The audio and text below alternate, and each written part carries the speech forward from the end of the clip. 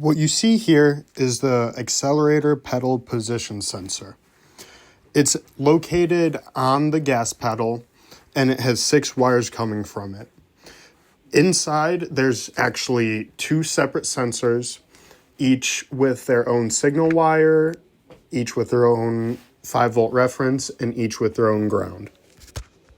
What you see here is the throttle body. This connector right there is the sensor for the TPS. In the TPS, there's actually 2 sensors. Each of them share a power and each of them share a ground.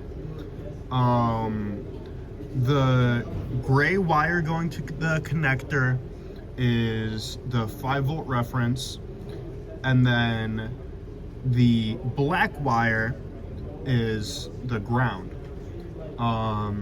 The dark blue wire with a white tracer is the signal wire for the throttle position sensor 1, and then the dark green wire is the signal for throttle position 2. In addition to those wires, there's 2 more, a dark blue wire and a light blue wire. These function as the power and ground to the throttle control motor.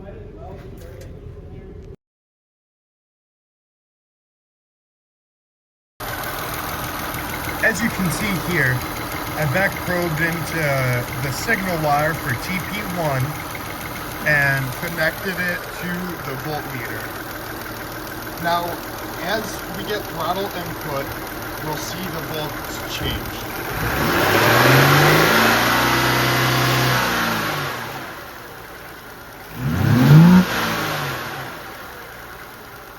As you can see, as the engine took in more air and created more load, the voltage increased.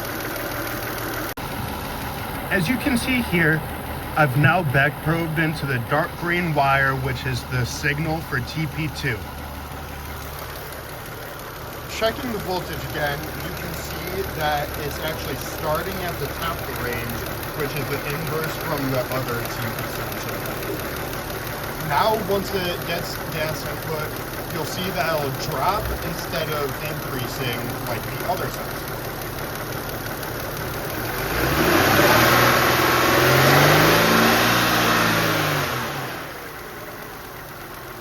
As you can see, based off of both these tests that we did, each of our throttle position sensors are actually working well. What you see here is the connector for the TPS, and we actually probed into it with our TP1 as the red and our TP2 as the black. When I test the voltage for both of these, as you can see, the TP1 has 4.8 volts and the TP2 has nearly 0 volts. What this means is that the TP1 is actually a pull up resistor and TP2 is a pull down resistor. As you can see here, when looking at the PIDs for engine RPM, absolute throttle position, and intake manifold absolute pressure, you can see that it's idling at around 870. It's jumping around, as you can see. Originally, when I first started the car, it was at around 1300. So it's dropping to about this point and seeming to settle there. If I press on the accelerator pedal, you'll see that the absolute throttle position is actually changing with the RPM and my throttle input.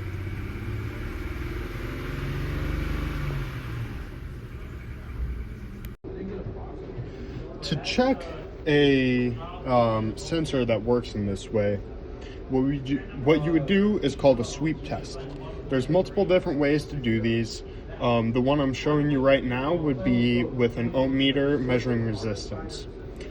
So you have it hooked up to a signal wire and then power or ground using the ohm meter.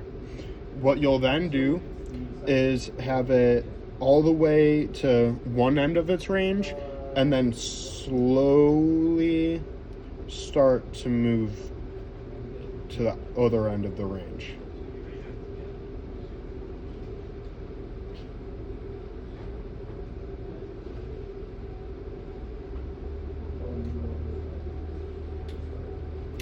As you see, I'm there now, and they'll slowly return it. Basically, what I'm looking for throughout this is any like jumps or weird spots throughout the resistor and the sensor.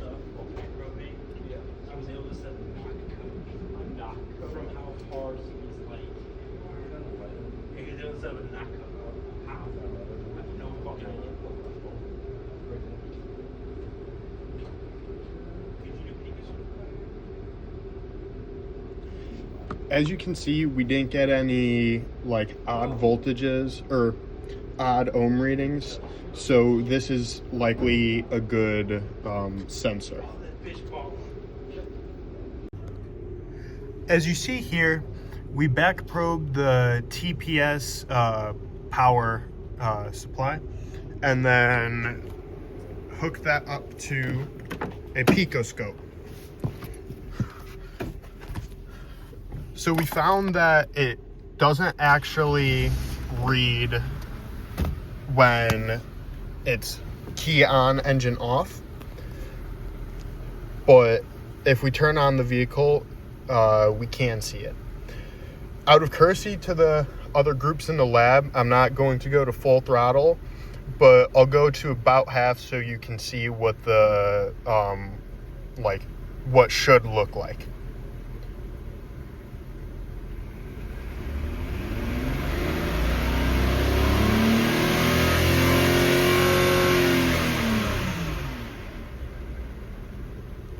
Now, of course, that would go much higher if I was going all the way, but as you can see, it was a gradual incline to a gradual decline, so the portion of what we checked is solid. The connector you see here is for the intake air temperature sensor. Going to this sensor are two wires, a brown wire, which is the 5-volt reference, and the black wire, which is the ground.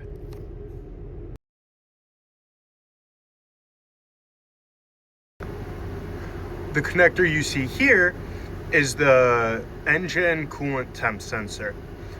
Again, there's two wires going to it, a yellow wire, which is the signal, and a ground wire, which is black with a white tracer.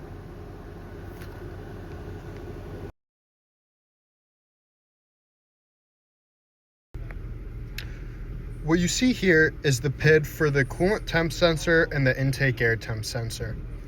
As you can see, the coolant temp sensor right now is at 137.138 degrees Fahrenheit.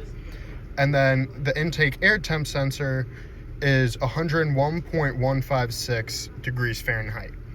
The intake air temp right now is a little bit high, but that makes sense because the car had just been running and then was sitting for a little while.